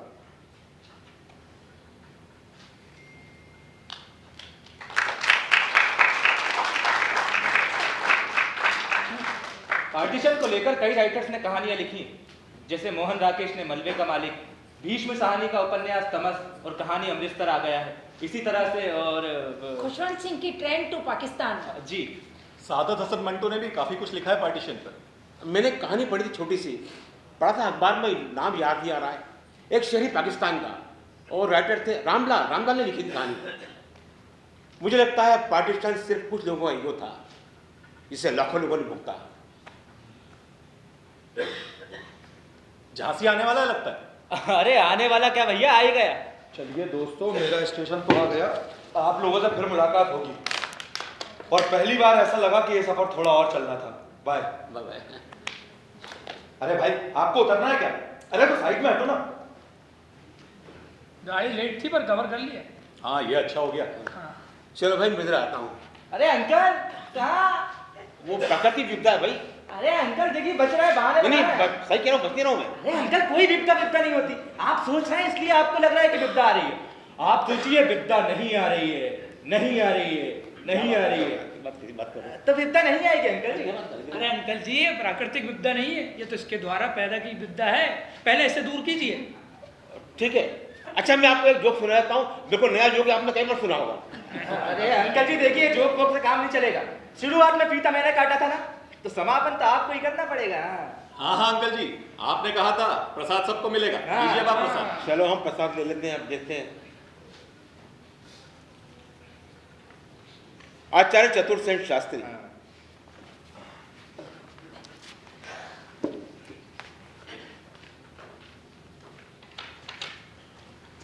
आवारा गर्द। अब आपको आवारा गर्दी के मजे क्या समझाऊं। समाज में आपकी इज्जत है, ओहदा है, बनक है, रुतबा है। अगर आप पड़ गए आवारा गर्दी के चक्कर में तब सब खत्म, मान सम्मान ओहदा सब खत्म। ये मेरी बात निराली है, न मेरा मान सम्मान है, न बीबी, न बच्चे, न मैं लेखक, न कवि, न संपादक। मैं महज आवारा गर्द हूँ, जहाँ मर्जी हूँ उनका चल दिए। मन में आया कुछ खा लिया, कुछ पा लिया, कुछ छीन लिया, चोरी कर ली। चोरी एक बारी की है, दुख निराशा मेरे पास नहीं भटकती। ईस्ट वेस्ट साउथ नॉर्थ ये चारों दिशाएं मुझे बांध नहीं सकती, रोक नहीं सकती, गाइड नहीं कर सकती। मैं एक आवारा धूल हूं। जरा सी हवा चली और मैं पहुंच गया स्टेशन। अरे भाई एक टिकट देना। कहाँ का? कहीं का भी दे दो यार, जो ट्रेन पहले जा रही है उसी का दे दो। और मैं निकल पड़ा जम्मू कश्मीर के लिए। फर्स्ट क्लास की बोगी में थर्ड क्लास आदमी। किसी ने गर्दन पकड़ के उतार लिया, किसी ने पास से बैठा लिया, खाना खिलाया। फिर पहुंच गया कटरा। जय माता वैष्णो देवी। अब वैष्णो देवी के रास्ते में सड़क के दोनों तरफ खाने का सामान मिल रहा था, सब्जी, पूरी, कलाकांद, रबड़ी, गुलाब जामुन, हलवा। पैसे अपने जेब में थे नहीं, तो एक बार हाथ देकर पैसा बना लिया, एक बार गाकर पैसा बना लिया, और 2 बार माल ढोया और एक बार चोरी की। बताऊंगा आपको। अब ऐसे ही एक दिन में एक दुकान पर बैठकर गर्मा गर्म पूरी सब्जी उड़ा रहा था कि एक आदमी भागता हुआ आया। बोला अरे कोई डॉक्टर है क्या यहाँ पर, कोई हॉस्पिटल है क्या, कोई मेडिकल शॉप है क्या? हमारे सेठ जी गड्ढे में गिर गए, हाथ पे टूट गया, उनके फ्रैक्चर आ गया है। वो तो मैं क्या बात करो यार। दुकानदार बोला क्या हुआ? मैंने क्या? दुकानदार से बोला मैंने, सुनो आप बता मत देना कि मैं डॉक्टर हूँ, वरना लेके देने पड़ जाएंगे। अरे मैं यहाँ दर्शन करने आया देवी जी से और मुझे कम वक्त मरीज देखने पड़ेंगे। दुकानदार को उसको दया आ गई, बट डॉक्टर साहब क्या कर रहे हैं आप, देख लीजिए चली जाएगी नौकरी, उसके सेठ गिर गए हैं। मैं ठीक है देता हूँ। अच्छा फिर वो दुकानदार बोला उस आदमी से, तुम किस्मत वाले हो कि डॉक्टर साहब सामने ही बैठे हो, सब्जी पूरी खा रहे हैं। वो देखो बेटे सैंडल वाले। वो आदमी मुझसे मिन्नत करने लगा। मैंने क्या क्यों बुखार की तरह सिर पर चढ़ के आते हो भाई, जाओ जाके बोलो सेठ जी से कि डॉक्टर साहब आते हैं। वो चला गया। डॉक्टर? हम डॉक्टर कैसे बनूं मैं? फटा पेंट, काला कोट, गंदा सा वो भी, और थाने कुछ भी। मैं इतना जानता था कि DOCTOR ये स्पेलिंग डॉक्टर की होती है। डॉक्टर जानते हैं साहब में? हाँ कॉलेज में और एनसीसी में मैंने पट्टी किससे बांधी जाती है सीखा था। वो जेब में बेसिन की शीशी थी। मैं चलो खेल कर देते आज। मैं पहुंच गया, जाकर देखा मैंने, उससे कुछ नहीं हुआ था। औंधा पड़ा था सेठ वहां पर, परेशानी कुछ थी, हाथ पैर छिल गए थे बस। मैं गया वहां, थोड़ा गंभीर हो गया। मैं सुनो इसे पलटाइए। हाँ सेठ जी घबराइए नहीं, मैं डॉक्टर WIC है, आ गया हूं मैं। आप पैर उठाइए, घुमाइए, चक्री बनाइए, ये पैर उठाइए, चक्री बनाइए, हाथ लाइए। हाथ खींचा मैंने, निकाली बेसिन की शीशी और चुपड़ दी और पट्टियां निकाली, कपड़े की लपेट दी। सेठ खुश हो गया, उठ के बैठ गया, कुछ नहीं हुआ था उससे। मैं जय माता वैष्णो देवी। चलो भाई खाने पीने का इंतजाम हो जाएगा श्रीनगर तक का, 1000-1500 मिल ही जाएंगे। मैं सेठी मैं जाता हूँ, चलना मुझे। सेठी पक्का गुजराती था। नथी एम कम करो छो, जमीन जाओ। मैं जमीन ही नहीं, मुझे जाना है। बोले नहीं आप कहीं नहीं जाएंगे, अब आप श्रीनगर में मेरे साथ रहेंगे, आपका सारा खर्चा मैं उठाऊंगा, सब खाने का इंतजाम मैं करूंगा। आपको 2 क्वार्टर दिए जाएंगे, एक रहने के लिए और एक। ठीक है अच्छा। अब उस तरह श्रीनगर में जिंदगी आराम से कटने लगी। 4 दिन आराम करने के बाद मैं घूमने निकला श्रीनगर, और पहुंच गया एक बदनाम बस्ती के सामने, बदनाम गली बोलो उसको। नहीं नहीं ऐसी कोई बात नहीं है, मैं सही सही इंसान हूँ, लेकिन हाँ देख के थोड़ी गुदगुदी हो जाती है। हमें पहुंच गया, आहा क्या माहौल था। चारों तरफ सफेद चादर बिछी हुई थी बर्फ की, छोटे छोटे मकान, धुंध धुआं, ऐसा लग रहा था जैसे किसी फिल्म का सेट हो। मुझे एक फिल्म का गाना याद आया, देवानंद था, नूतन थी, और उसको गाना गाता पीछे करते हुए, तू कहाँ ये बता इस नशीली रात में, माने ना मेरा दिल दीवाना, हाय रे हाय माने ना मेरा दिल दीवाना। तेरे घर के सामने, तेरे घर के सामने। तभी मैंने देखा कि एक लाइट के सर्कल के नीचे एक स्त्री खड़ी है, पुरुष खड़ा है। स्त्री का लड़की खड़ी थी, वो सफेद साड़ी पहनी थी, छोटे छोटे फूल थे साड़ी के अंदर। मेरे बन ने कहा, मेरी बगिया के फूल तो साड़ी में कैसे है? बंगाली बाबू था वो, बंगाली में बात कर रहा था उसका। वो लड़की हंसने लगी, बंगाली ने उसके हाथ में नोट की गड्डी रख दी। लड़की ने कहा नमस्ते, उसने कहा नमस्ते, वो चली गई, वो चला गया। और मैं कहा वाह, ये बदनाम बस्ती में इतना शुद्ध नमस्ते कैसे, सातवीं नमस्ते कैसे? 4 दिन बाद मैं खुद खड़ा था नमस्ते करने के लिए। मैं कहा सुनो कोई है? वो बाहर आई, मेरे पहचाना मुझे, मैं डॉक्टर WICA। उसने मुंह बनाया, डॉक्टर? तो बोली कि ठीक है आइए अंदर। मैं अंदर जाने लगा, मैंने कहा कोई समझ नहीं, परिचित हो उसका। मैं अंदर गया, मैंने देखा एक कमरा, एक खिड़की, एक टिमटिमाता लैंप और 2 सूनी आंखें जिनमें आकर्षण था। अभी मुझे आज यहाँ 2 मिनट ही नहीं हुए थे और मुझे लगने लगा कि सारी आवारागर्दी खत्म। चिरकाल बाद, बरसों बाद मैं अपने घर लौटा हूं। हालांकि इस पृथ्वी पर मेरा कोई घर नहीं है। जो घर ध्वस्त हो गए हैं, जो घर गुम हो गए हैं, उन्हीं में भी रहता आया हूं। मैंने लड़की का हाथ पकड़ लिया, बोला तुम खूब मिले दोस्त। तो वो बोली आपने कैसे पहचान लिया कि मैं कश्मीर आ गई हूँ? आपको कैसे मालूम पड़ा मैं कश्मीर आ गई हूँ? हमने क्या बात कर रही हो आप, मुझे मालूम है। मैं कहा चुराने आंख से काजल को हुनर रखते हैं, चुप रुस्तम में कयामत की नजर रखते हैं। एक फिल्मी शेयर मार दिया अंग्रेज का। खुश हो गई, बोल बैठी बात में, मैंने खींच लिया उसको। मुझे लगा कि खुशबूदार माला मेरे गले में पड़ी हो। बोली सुना है आपने साहब नहीं रहे? मैं कहा हाँ मालूम, साहब नहीं रहे, हाँ मालूम मुझे। बोले 2 महीने पहले उनकी डेथ हो गई। मैं कहा हाँ बड़ा बुरा हुआ है, ओम शांति ओम शांति। वो खड़ी हुई और जाके बंडल लिया चिट्ठियों का, मुझसे बोली पढ़िए से आप। मैं बंडल खोला, चिट्ठी पढ़ने लगा, मेरी प्यारी। बोले नहीं यहाँ से बात पढ़िए, यहाँ से पढ़िए। मैं वहाँ से पढ़ने लगा, फिर मैं पढ़ता गया और वो रोती गई। मैंने जान लिया लेटर के अंदर कुछ करा रुक पड़ी। मैं कहा रुक पड़ी तो चला गया और उस पर पर्दा डालो, जो सामने उठा उसका खुदा के लिए शुक्र अदा करो। वो उठी और बोली कोई पियोगे? मैं कहा नहीं मुझे प्यास नहीं है। बोली मेरा मतलब कुछ पीते हो? मैं कहा अच्छा वो नहीं कभी नहीं पी मैंने। बोली वो गई पलट के आई, बोले मैं पी लो। मैं ठीक है चली गई अंदर। मेरे को मैं कहाँ फंस गया ये बाजार है तो पैसे का खेल है। सिर्फ मुझे खाना खिलाता था, रहने का इंतजाम था, ऐशो आराम था, लेकिन पैसे नहीं देता था। और मैंने कहा ये औरतें मजबूर औरतें हैं, पैसे के लिए काम करती है, कहाँ से आई हुई है, और मैं हमारा घर पैसा कहाँ से लाऊं? मैं गिल्ट होने लगा। मैंने क्या करूं मैंने क्या इन औरतों को बिना पैसे दिए जाना जलील हरकत होगी। वो आ गई, मैंने कहा मैं जाता हूँ। बोले नहीं कहाँ जा रहे हो? मैं कहा नहीं मुझे जाना है।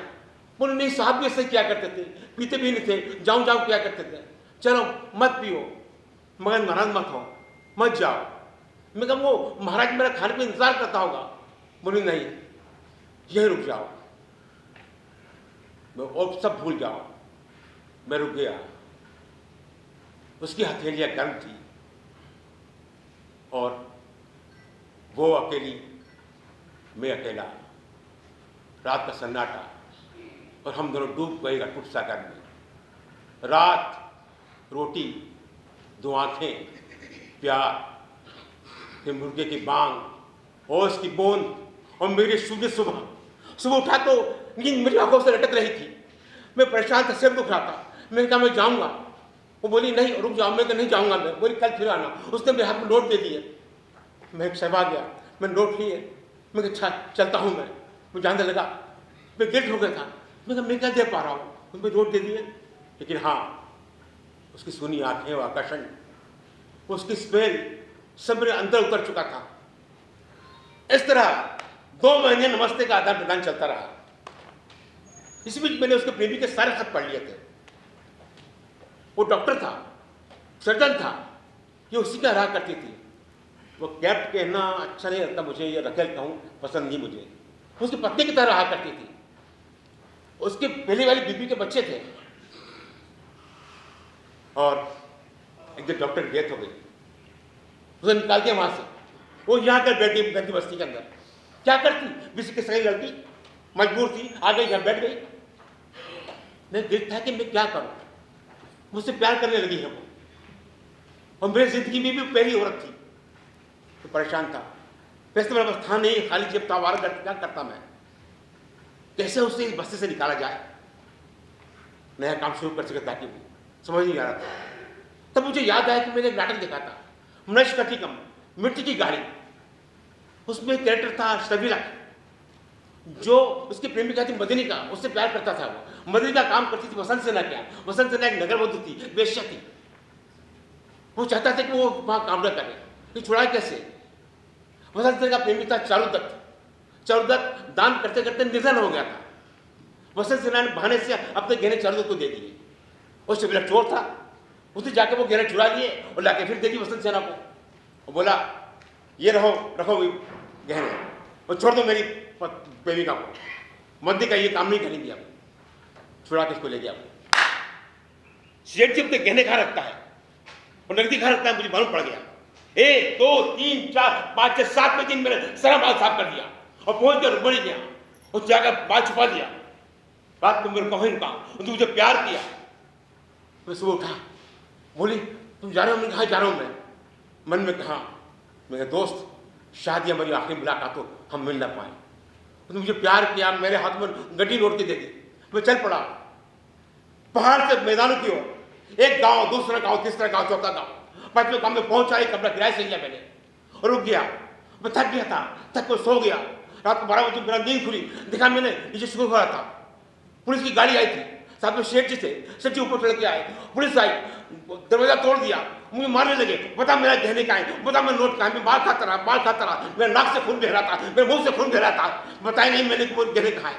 हाँ, एक गलती कर गया मैं, मेरे हाथ में सेठ जी की अंगूठी सोने की थी, वो पहचान लिया उसने और बोला हाँ यही चोर है, यही चोर, यही ले गया। लेकिन हार गए, मैं बताया नहीं। और तब मुझे IPC की धारा 379 के तहत 1 साल की जेल हुई। आज सुबह लौट के आया हूं मैं। हाँ, मैं गया था वहां उस लाइट के सर्कल के नीचे, वहां नहीं है वो अब। कश्मीर की वादियों में गुंजर ने कहा मैं इंतजार कर रही होगी, फिर न हम मिले न बिछड़े। बदल गई तेरी मंजिलें भी, बिछड़ गया मैं भी कारवां से। यात्रा और यात्रा, यात्री और यात्री, सलाखों से बाहर हरियाली ढूंढती आंखें, बर्फ की जुगाड़ में लोग। और जब बर्फ मिली तो स्टेशन आ चुका था।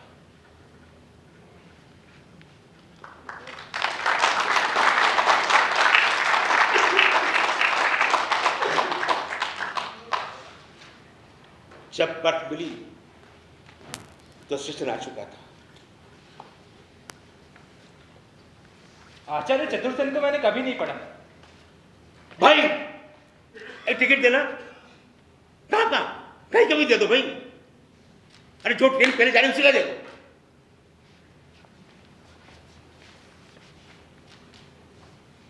मैंने आचार्य चतुर्सेन को कभी नहीं पढ़ा। आचार्य चतुर्सेन ने कई उपन्यास लिखे हैं और उन पर फिल्म बनी है। 1961 में आई थी धर्मपुत्र। इसके अलावा उनका प्रसिद्ध उपन्यास है वयम रक्षामः, वैशाली की नगरवधू, जिस पर बनी है आम्रपाली। और ऐसे ही आग और धुआं, गोली, और कॉलेज के ज़माने में हमने एक आर्टिकल तैयार किया था और वो कहानी थी दुखवा में कासे कहूँ मोरी सजनी। आचार्य चतुर्सेन ने बहुत अच्छा लिखा है। अच्छा अंकल जी, ग्वालियर आ रहा है, मैं चलता हूँ, मेरा सफ़र यहीं तक था। अरे भाई सफर कभी खत्म नहीं होता, वो तो चलता रहता है और यही तो जिंदगी है। हाँ, कुछ लोग सफर करते हैं, वो सफर। ठीक है अंकल जी। चल बड़ा अच्छा लगा, गुड बाय, मिलेंगे फिर ना, अच्छा लगा, गुड लक। अच्छा वो जो मैं इस गाड़ी से आ रहा है, नहीं तो बहुत कुछ छूट जाता। ठीक है बाय। भाई साहब। जी अंकल जी। लड़का बढ़िया है ये, पीएससी 100% क्लियर कर लेगा, प्रीलिम्स तो पक्के में हो जाएगा इसका। लग तो ऐसा ही रहा है भैया, और सफर में तो यही होता है, तरह तरह के लोग मिल जाते हैं और सबकी अपनी अपनी कहानियां होती हैं। देखो ना, इस सफ़र में अपन मिले, इतनी सारी कहानियाँ सुनी, पढ़ी, देखी। फ्लाइट में तो लोग एक दूसरे से बात तक नहीं करते हैं, सब अपने अपने दायरे में रहते हैं।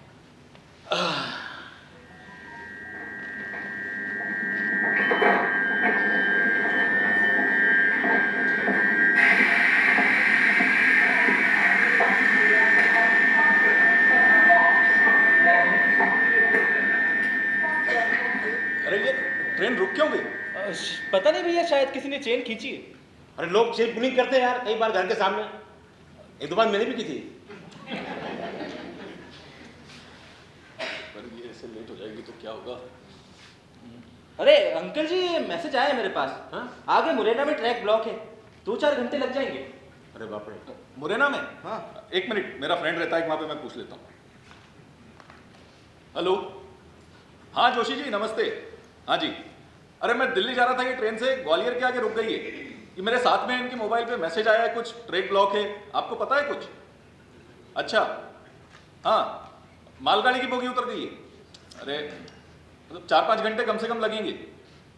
ठीक है, ओके, थैंक यू। अंकल मालगाड़ी की बोगी उतर गई, 4-5 घंटे कम से कम लगने वाले हैं। मेरी मीटिंग है सुबह। हमको जब टाइम से पहुंचना है यार। क्या करूं? मैं तो एक काम करता हूं अंकल, टैक्सी ले लेता हूं यहाँ बाहर से, निकल जाऊंगा। आप भी तो दिल्ली जा रहे थे। हाँ। आप साथ में चलिए, हम शेयर कर लेंगे। हाँ ये ठीक है, चलिए ना। हाँ यार, बहुत बढ़िया काम, तो हम लेट हो जाएंगे, सामान लो पूरा। निकल रहे हैं अंकल जी आप? बेटा निकले, क्या करना, सॉरी, बहुत टाइम से पहुंचना हमको ना। अच्छा। मीटिंग में। जी ठीक है, अच्छा लगा है। चलो आ जाओ, चलो चलिए। धीरे रहना। ठीक है ओके भाई। बाय, चलो, थैंक यू।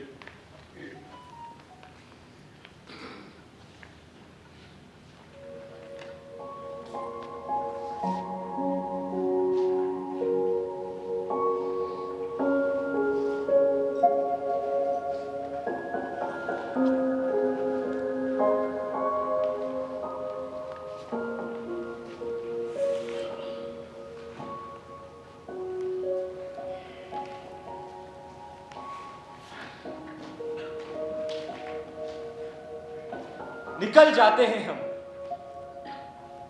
जिंदगी की इस बदलती हवा में, ख्वाबों को गठरी में बांध। मीलों का सफर तय करते हैं टूटी हुई चप्पल के साथ। दौड़ती भागती इस जिंदगी में चढ़ते हैं हम रेल के किसी डब्बे में। आगे बढ़ो, यहां जगह नहीं है, जैसे शब्दों को झेलकर खड़े रहते हैं हम मौन ओढ़कर। बस इंतजार किसी के उठने का, फिर लपक ले उसकी सीट। है अजनबी चेहरे पर कोई दे ही देता है जगह। कुछ घंटों के लिए ही सही भूल जाते हैं हम अपना वजूद। घुल मिल जाते हैं अजनबियों के उस मेले में, हो जाते हैं लीन। ये सफर नहीं है, ये सफर नहीं है, हुजूम है अजनबियों का। जहां वो लोग मिल जाते हैं जो जिंदगी भर साथ रहते हैं, या कुछ अपने लोग हमेशा के लिए बिछड़ जाते हैं। यही जीवन की पड़ते हैं।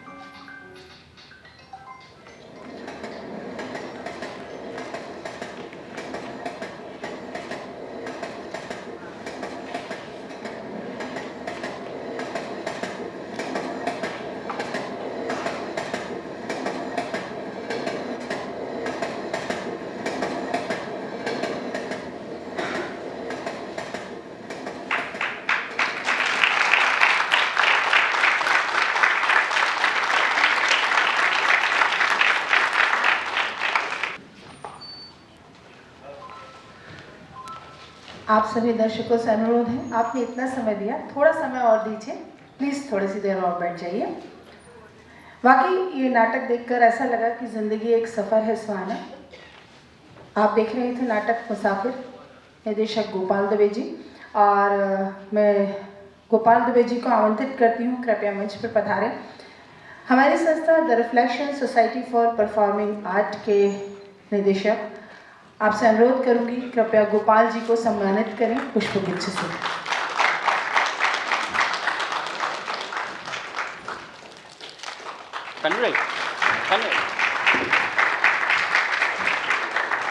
साथ ही इतनी सुंदर प्रस्तुति के लिए सभी कलाकारों को मैं मंच पर आमंत्रित करूंगी और गोपाल जी से अनुरोध करूंगी सभी का परिचय हमारे दर्शकों से करवाएं।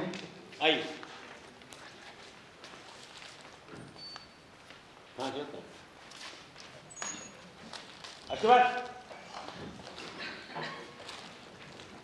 चलिए शुक्रिया इधर से, बस ये सब काफी। यशील दुबे, रंजीत ठाकुर, उत्तेश यादव, संगीता, आशीर्वाद झा है, एक कहानी की थी उनने, मैं गोपाल दुबे। धन्यवाद। आप सभी का हार्दिक धन्यवाद, आप सभी यहाँ पधारे। एक आपको सूचना थी कि कल अवकाश रहेगा, लेकिन हमारा ये नाटक का, ये कला का सफ़र और हमारे रिफ्लेक्शन नाट्य महोत्सव का ये सफ़र यूं ही जारी रहेगा। परसों आइए आप, 21 तारीख को आप देखिएगा इंतखाब नाटक, इंतखाब, और छोटी सी अवधि का ये नाटक है। और इसी के साथ दूसरा नाटक देखिएगा बादशाह का खात्मा, सरफराज के निर्देशन में इन दोनों नाटकों की प्रस्तुति होगी यंग्स थिएटर ग्रुप के द्वारा। तो गुड नाइट, शब्बा खैर। एक मिनट, हमारे साथी जो बैक साइड में हैं, ऊपर जितेंद्र परमार हैं म्यूजिक में, लाइट में है शिव, उनके धन्यवाद देंगे। शिवम भी है, शिव भी है। हार्दिक धन्यवाद, गुड नाइट, शब्बा खैर, शुभ रात्रि।